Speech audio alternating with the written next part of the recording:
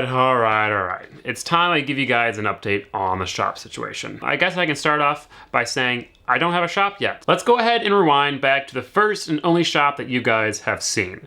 The barn. I'm gonna call it the barn. That shop was big, it was cheap, but it had some big issues like the poles, the different level tiers, the overall quality of the building, the lack of wiring and stuff like that. Although that shop did have some potential, I didn't own it, and the amount of money I would have had to put into it to make it usable, it wasn't worth it. I never necessarily told you guys that we weren't getting that shop, but I assume by now you've assumed that shop is not an option. After that, there was a real dry spell of trying to find things. And I'm going to explain a little bit later why it's so hard to find stuff. But after a couple of months of searching, I did finally find a place that opened up right here in town, less than 5 minutes away from my house, just like the barn. It was a much better shop. It was set up like a kind of mechanic tire shop, had 4 bay doors, a decent amount of room, had a nice lot, as well as a nice grassed fenced in area to store vehicles. The building's condition itself wasn't so great. It needed paint on the inside, it needed some wiring. You can tell that owner or whoever was leasing it had kind of jankingly done stuff. It needed some love. That shop was great in pretty much every single way, besides the fact that it was incredibly expensive. It was a 2,000 square foot shop, and the guy was asking $3,000 a month. For reference, my shop in St. Charles was 1,500 square feet, so only 500 square feet less, and I was only paying $1,000 a month. So it was 3 times the price for 500 more square feet. I did the math, and it was like a 200-something% increase in price. The thing is that the owner of the building has owned it for 30 years. He's long since paid off the mortgage. He's not really necessarily looking to lease it out. I approached him with the offer, and so there was no incentive for him to lower the price. Another thing we found that was opening up in town was a car dealership. Not necessarily the ideal shop, but it had a huge lot and it had a really cool showroom which I could turn into a shop. That was just a pipe dream. Turns out someone had bought it. It was never available. Just recently I had gotten leads of a shop up in Winder, which is just half an hour away from me. It was a small shop, only 750 square feet, half the size as my old shop, but it was dirt cheap and it was a shop. I tried to get it, but I was just slightly too late. Somebody had signed the lease a few days before I had contacted the landlord. Now, thanks to one of you guys, I did get leads of a shop opening up in Bogart, also about 30 minutes away. Available means that the tenants were moving out, but it was never actually put up into the market. I could never get contact info. I could never find out if it was available for lease. That's it. Those are the only leads I've had. Barn, the mechanic shop, car dealership, kind of, Winder shop, Bogart shop. Out of the 4 months I've been here, I've only had 5 leads. You guys are probably commenting things. Just please wait until you watch this entire video, because I'm going to talk about a lot of stuff. Let's start with, why is it so freaking hard to find a shop? Well, due to COVID and the overall economy, the market for selling real estate is crazy. Whether that's homes or commercial properties like shop, people can sell their stuff for way more than they bought them for a few years ago. Because of this, a lot of people are trying to sell. So firstly, not very many new shops are coming to the market because the owners are selling rather than leasing. Now, because of the low supply for shops available for lease, they go incredibly fast. Most shops that I've found have not been listed online anywhere just because they haven't made it that far. Maybe the owner's friend or a friend of the previous tenant knows the person and they sign the lease before the shop becomes available. So there's a lack of shops, but there's even more of a lack of shops for lease online in easy places to find. All 5 of the shops I've found have been through connections or just literally driving around aimlessly looking for shops. As much as I'd love to spend every day driving around looking for shops, I can't. You know, I have to make money, I have to make content so I can actually pay my bills. I mean, the other day I had spent about an hour scouring Google Maps satellite to find places that looked like could be shops, and then over 4 hours driving around looking at shops to turn up pretty much nothing. I found 8 shops that had for lease signs. Every place I called either said that they were full or that they didn't allow automotive businesses. And so I'm putting out a reward. If any of you guys find me a shop that I ended up getting that, you know, ends up in a lease, I'll give you $500. It's not much, but it's all I can offer. It has to actually end up in a lease for me to give you the reward. I'm not gonna give you $500 if you send me a Facebook listing. It has to be within an hour of Monroe, somewhere between 700 and 2,000 square feet. At this point, I'm pretty open to options. So drive around, try to find some place, sending me an email probably is the best. Right here. Now I've tried contacting a couple different realtors, but the problem is that since I'm just trying to lease a place, they don't have much of an incentive to help me. All right, so it's hard to find a shop for lease because the market's crazy, no shops make it online, and I don't have time to constantly drive around. So Caleb, why don't you buy a shop? Well, without going into too many details of my finances, I can't afford to buy a $300,000-$400,000 thing. Obviously there's banks, there's loans. I'm very young, and although I'm a YouTuber, which every YouTuber makes millions of dollars, of course, I can't really get approved for a loan big enough to buy a property. All right, Caleb, well, why don't you build a shop? Building a shop would be an option if I had somewhere to build it. This house right here, we're just renting, can't build a shop here, so I would have to buy land, which commercial land's pretty expensive. I could buy a house with land, and then build a shop there. Yet again, expensive. Honestly, at this point, that is the most promising thing, buying a house and building a shop on it, but that still wouldn't happen for at least another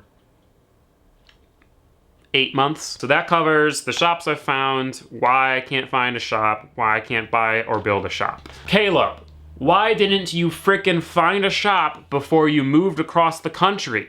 It's a great question. Obviously, this is all more or less my fault. I took a chance moving to Georgia without a shop, hoping it would be easy to find a shop. I was wrong. Let me explain why I did that. In order to do that, we're going to rewind to November, or even before November of 2020. Audrey and I had been wanting to move out of Illinois for a while. We had looked in Tennessee, Chattanooga, toyed with the idea of Florida, ended up settling on Georgia. November of 2020 is when our apartment lease was up, so we were thinking about moving to Georgia then. That was before the market went crazy. There was houses available for pretty cheap, there were shops available online everywhere, but we didn't end up moving in November because it was cold, we weren't quite prepared. You know, I was still working on the Volvo. It would have been too much of a rush to try to move in November. So we signed a 6-month extension on our lease for the apartment, pretty much with the idea of once that's up, we're out of here. So at that time, I also told the landlord of the shop, hey, we're planning on moving sometime around May of 2021. Well, a few months go by, the move date is coming closer and closer, so we start looking for houses and shops. Getting a house or a shop 6 months in advance, we couldn't do because, you know, we couldn't afford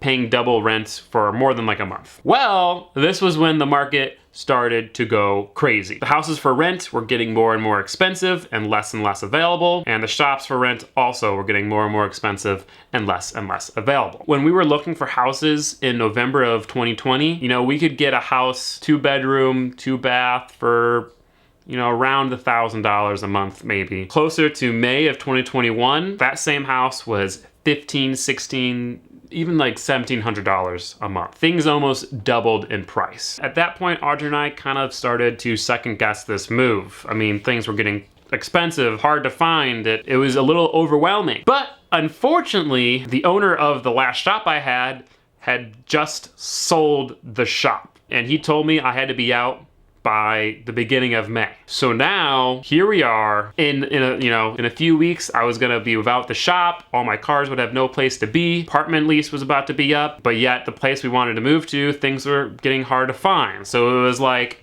all right, do we stay here, not have any place for the cars, not have anywhere to live for that moment, or do we still try to make the move and just take a leap of faith? I had been really getting burnt out in Illinois, whether it was the shop or, you know, a whole bunch of reasons, but I wanted a change. So we just decided to take the plunge anyway and move to Georgia. Thankfully, we were able to find a house 2 days before we moved to Georgia. 2 days before we moved to Georgia, we did not have a place to live. I was going to live in Hunter's backyard in the bus with all my cars there and my trailer and all my equipment. That was gonna be a nightmare. Thank goodness we got this house when we did. And huge thank you to the Prince Group Real Estate because they're the ones who found us this place. The other thing was that we were hoping that once we got to Georgia, it would be easier to find a house and a shop. Trying to find a place, sign a lease while living 800 miles away is pretty difficult. You know, you contact the owner of the building, and then I tried to have Hunter go and look at it, and then we had signed a lease, and you know, it took time, and since the market was going crazy, people who were local were just getting it quicker. So we were like, all right, well, once we get down to Georgia, it'll be easier to find a place. You know, shops probably aren't listed online as much, because actually all of my shops I've ever found have been by finding a sign that says for lease. I've never been able to find a shop through the internet. I don't know why, it's just, I don't know. And so now we're here. You're kind of caught up as to why we moved to Georgia when we didn't have a shop. You know, we would have been screwed in Illinois anyway, and we were hoping that once we got down here, it would be easier to find something. And we wanted to change. Those are the 3 reasons. And you know, that's when I can say I fucked up. I should not have moved across the country without having things in place. It is what it is at this point. You know, we're here. All my stuff's here. Can't really do anything about that now. And I do love Georgia. So far, you know, if I just forget this whole shop thing and really just disregard my business, I love Georgia. Georgia's great. Now I want to talk to you guys a little bit more personally. I know that the content I'm creating is not what you guys want to watch, and really it's not what I want to create. I don't want to be making videos on installing light bulbs on an Eclipse. I want to take an old car, I want to cut it apart, put a crazy engine where it's not supposed to go, boost it, make power, go take it on a road trip.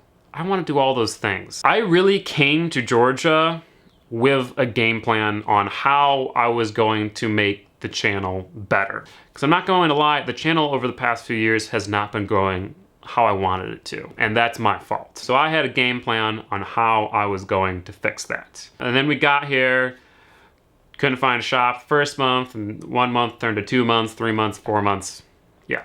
And at this point, it really sucks because I feel helpless. You know, the shop situation isn't entirely in my control. If shops aren't available and I can't find them, shops aren't available and I can't find them. And that's like the thing I need to turn this all around. And the channel over the past 4 months in Georgia has been, to be honest, doing not very well. And I understand why that's happening. The majority of you guys want to see me fabricating and building cool stuff. As a side note, a lot of you guys are still watching the videos. I can tell that there's about 40,000 of you, which is crazy, that watch the videos for me and for the content, whether it's fabricating stuff or doing simple stuff like I've been doing. So I want to say thank you to you guys.